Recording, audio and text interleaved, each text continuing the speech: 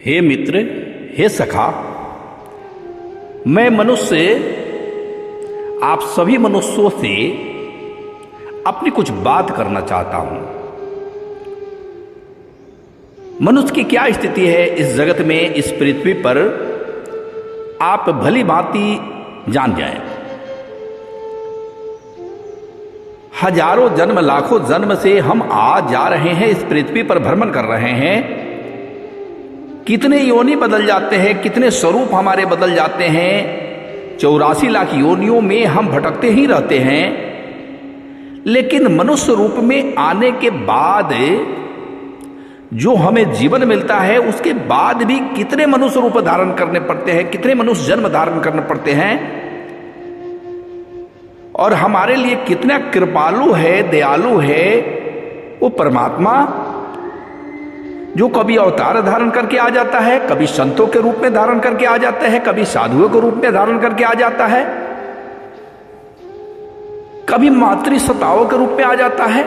अनेक रूप में वो आता रहता है हम मनुष्य के लिए।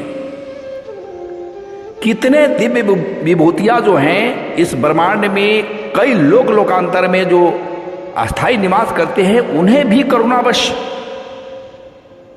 आना पड़ता है मनुष्य के लिए, हम मनुष्य के लिए। लेकिन हम मनुष्य, जितना सद्गुण हम मनुष्य में है, उतना ही दुर्गुण हम ही मनुष्य में है। हमारे जैसा बुरा और हमारे जैसा अच्छा इस जगत में कोई भी नहीं है। इस पृथ्वी के मनुष्य में कितनी बुराई है, कितनी अच्छाई है, ये आप स्वयं अवलोकन कर सकते हैं। कलयुग का प्रभाव है, इतनी अशांति, इतनी पीड़ा, इतनी बेचैनी, इतना आधुनिक युग, इतना बोलबाला, इतना संस्कृति का ह्रास, इतना अपमान, इतना क्रोध, इतना लोभ, इतना पाखंड, तरह तरह के तिकड़म भिड़ाना, तरह तरह के अपमान करना, तरह तरह के शोषण करना, हम मनुष्य भली भांति सीख लिए हैं। हमें मजा आता है, हमें अच्छा लगता है, हम समझते हैं कि यही जीवन है, यही मनुष्यता है। हम किसी को शोषण करके भी पैसे लेते हैं और कहीं कहीं दान कर देते हैं और ये घोषणा कर देते हैं कि हम बहुत दानी हैं।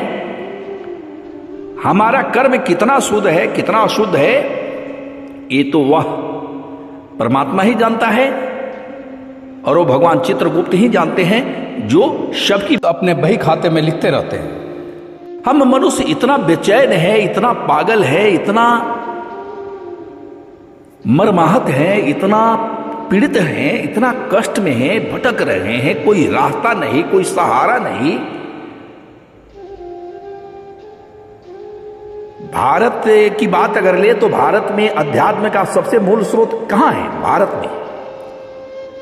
और भारत में सबसे बड़ी जो नेगेटिविटी बात है, लोगों का तरह तरह का विखंडन, मस्तिष्क, अंधभक्ति, परम अंधभक्ति। एक हल्ला कर दो, यहां भगवती उत्पन्न हो गई, लाखों की भीड़। एक यहां कर दो, लाखों की भीड़। अपनी बुद्धि नहीं लगाते हैं, अपनी चेतना का विस्तार नहीं करते हैं।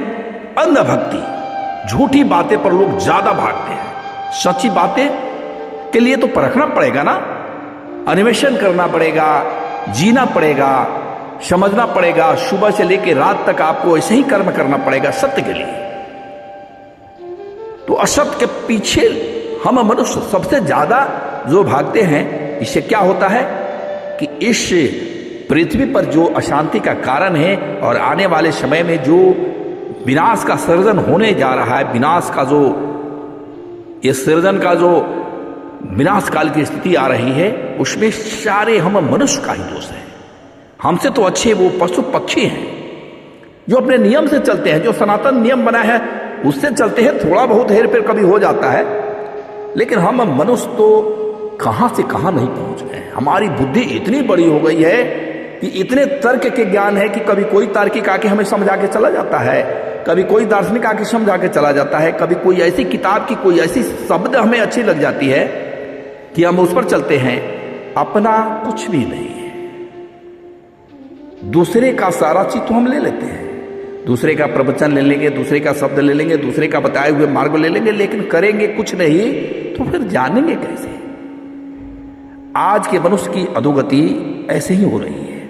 कोई करा रहा है पैसों के लिए, कोई करा रहा है बीमारियों से, कोई किसी को बीमार करने के फेर में पड़ा हुआ है, कोई किसी को गरीब करने के फेर में पड़ा हुआ है। धर्म अधर्म क्या करे? धर्म का विकृत रूप देखने को मिल रहा है, अधर्म तो है ही विकृत।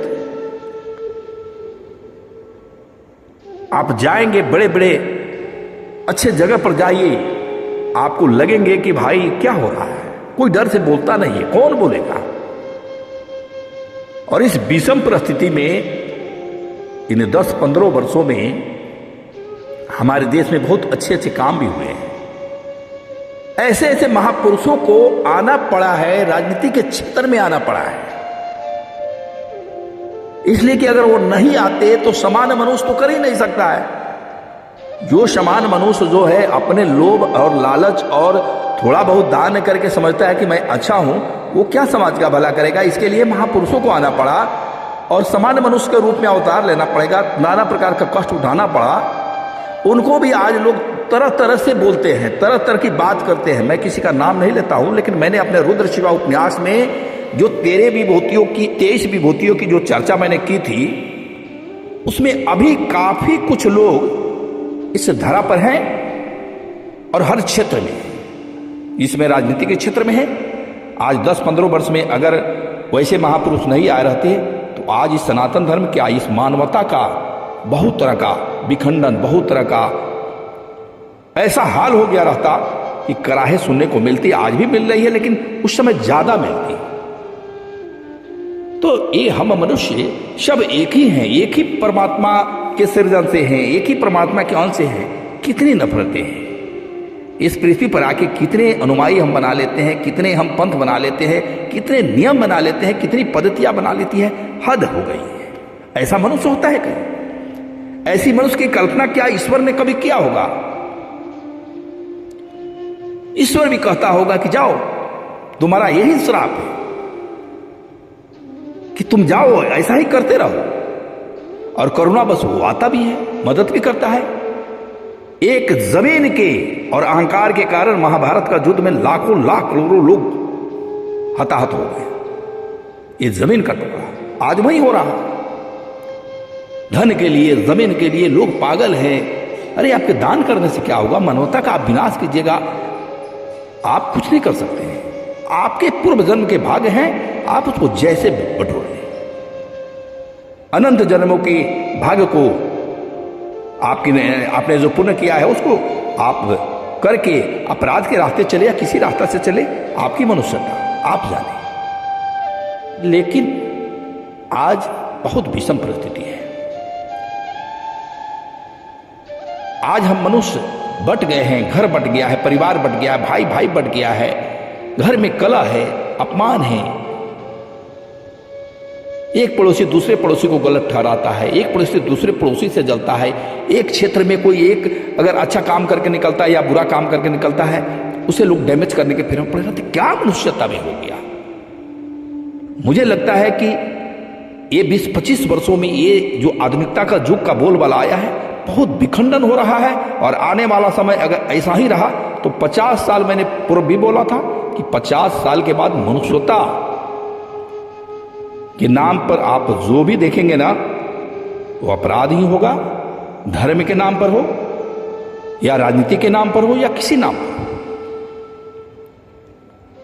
तो मनुष्यता बचेगी नहीं। तो फिर हम रहेंगे कहां?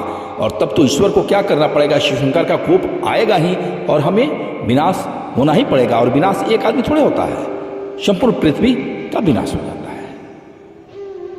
तो मनुष्यता को बचाने के लिए सभी मनुष्य को आना चाहिए। अच्छे मनुष्य या बुरे मनुष्य कोई नहीं होते हैं, सभी में अच्छाई है, सभी में बुराई है। बस बुराई को हम खुद से भगा सकते हैं, खुद से रोक सकते हैं, और अच्छाई जो दबी हुई है उसको खुद से बाहर कर सकते हैं। कम से कम सोचिए, इसके लिए ध्यान जरूरी है। इसके लिए आप किसी पंथ में हो, सोचिए, विचारिए, ध्यान कीजिए। मुझे आप सभी से आग्रह है कि ये जीवन ऐसे नहीं चलता है, मनुष्यता ऐसे नहीं चलता है। ये हमारा श्राप है जो हमारी पीढ़ी दर पीढ़ी भोगते आ रही है। हम चले जाएंगे, समझते हैं कि क्या हुआ, हम तो चले गए अच्छा करके। हमारी पीढ़ी जिसे हम प्यार करते हैं, प्रेम करते हैं, जिसका सृजन हमारे द्वारा ईश्वर ने किया है, उसका क्या? तो ऐसा मत कीजिए, रुकिए रुकिए, रुक जाइए रुक जाइए रुक जाइए, नहीं तो कोई धर्म आपको नहीं बचा सकता है।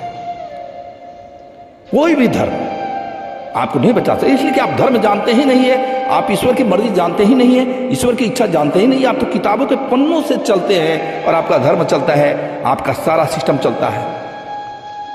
मनुष्यता के लिए तो आपको खुद की सुंदर बुद्धि होनी चाहिए, और ये बुद्धि आप ईश्वर से प्राप्त कर सकते हैं, अच्छे लोगों से प्राप्त कर सकते हैं, अच्छे गुरु से प्राप्त कर सकते हैं, अच्छे माता पिता से प्राप्त कर सकते हैं, अच्छे समाज से प्राप्त कर सकते हैं। तो रुकिए रुकिए, नहीं तो मैं तो बोल के चला जाऊंगा, लेकिन आने वाले समय में जो हो रहा है, जो होगा, जो पहले होता आया है, यही सब होता रहेगा। नमस्कार।